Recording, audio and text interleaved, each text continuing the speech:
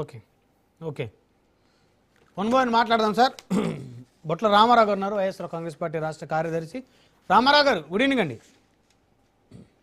Good evening అండి.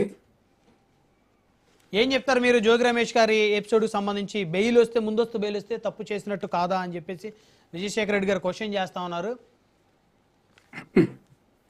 ఇది ముందుగా మీకు అట్లా ప్యానల్ ప్రతినిధులకు అందరికీ కూడా నమస్కారం అండి.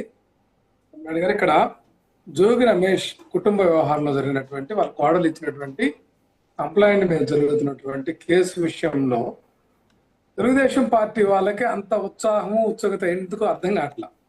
ఇక్కడ ఫ్యామిలీ మ్యాటరు, వాళ్ళ పార్టీలో కూడా చాలా రకరకాల అంశాలు, కుటుంబ సమస్యలు వచ్చినా కూడా మేము ఎక్కడా కూడా పట్టించుకోవాలి. గతంలో మా దివంగత నేత రాజశేఖర రెడ్డి గారు అయితే బాలకృష్ణ గారి ఇంట్లో జరిగినటువంటి కాల్పులు ఇప్పటికి కూడా మిస్టరీ అనండి.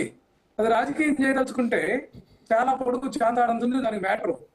దాంట్లో ఆ కాల్పులు జరిగినటువంటి మ్యాటర్, తర్వాత జరిగినటువంటి మర్డర్లు, లేకపోతే అనుమానాస్పద మృతులన్నిటి కూడా సమాధానం చెప్పాల్సినటువంటి పరిస్థితి ఉంది. ఎందుకంటే ఆయన ఇప్పుడు కీలకమైన వ్యక్తి బాలకృష్ణ గారు ప్రస్తుతం హిందూపూర్ శాసనసభ్యుడిగా ఉన్నాడు.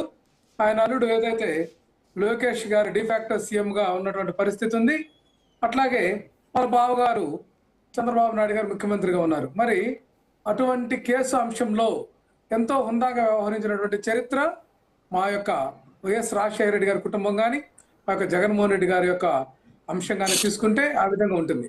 అదే వీళ్ళు ఏంటంటే ఎవరింట్లో ఏం జరుగుతుందో వీళ్ళకి ఎందుకంటే అసలు నేనేమంటున్నానంటే కుటుంబ సమస్యల మీద నమోదైనటువంటి కేసుల అంశంలో వీళ్ళకి వ్యక్తిగతంగా రాజకీయ కక్ష కార్పణ్యాలు లేకపోతే రాజకీయ విద్వేషాలు ఉంటే అది డైరెక్ట్ గా జోగి రమేష్ గారి మీద మాట్లాడమన్నాడు. కానీ వాళ్ళ కుటుంబ వర్గీయుల మీద సంబంధించినటువంటి అంశాల మీద, అక్కడ వాళ్ళ కోటలు నమోదైనటువంటి కేసుల మీద వీళ్ళకి అంత ఇంట్రెస్ట్ ఏందో మనకు అర్థం కానటువంటి పరిస్థితి ఉంది. బ్రహ్మనాయుడు గారు, ఏదేమైనా సరే అధికార పక్షంలో ఉన్నటువంటి వీళ్ళు ఖచ్చితంగా ఇటువంటి అంశాల్లో హుందాగా వ్యవహరించాల్సినటువంటి పరిస్థితి ఉందని మాత్రం చెప్పగలమండి. సో అండి, ఇప్పుడు జోగి రమేష్ గారు, ఆయన కుమారుడు వారి కోడల్ని హత్య చేయడానికి ప్రయత్నం చేశారని, సో ఆ అంశాలు ఆవిడే తెర మీదకు తీసుకొని వచ్చారు కాబట్టే ప్రభుత్వం తరపున, లేకపోతే పార్టీల తరపున, లేకపోతే మానవత్వంగా మేమందరం మాట్లాడుతున్నామని విజయశేఖర రెడ్డి గారు అంటున్నారు.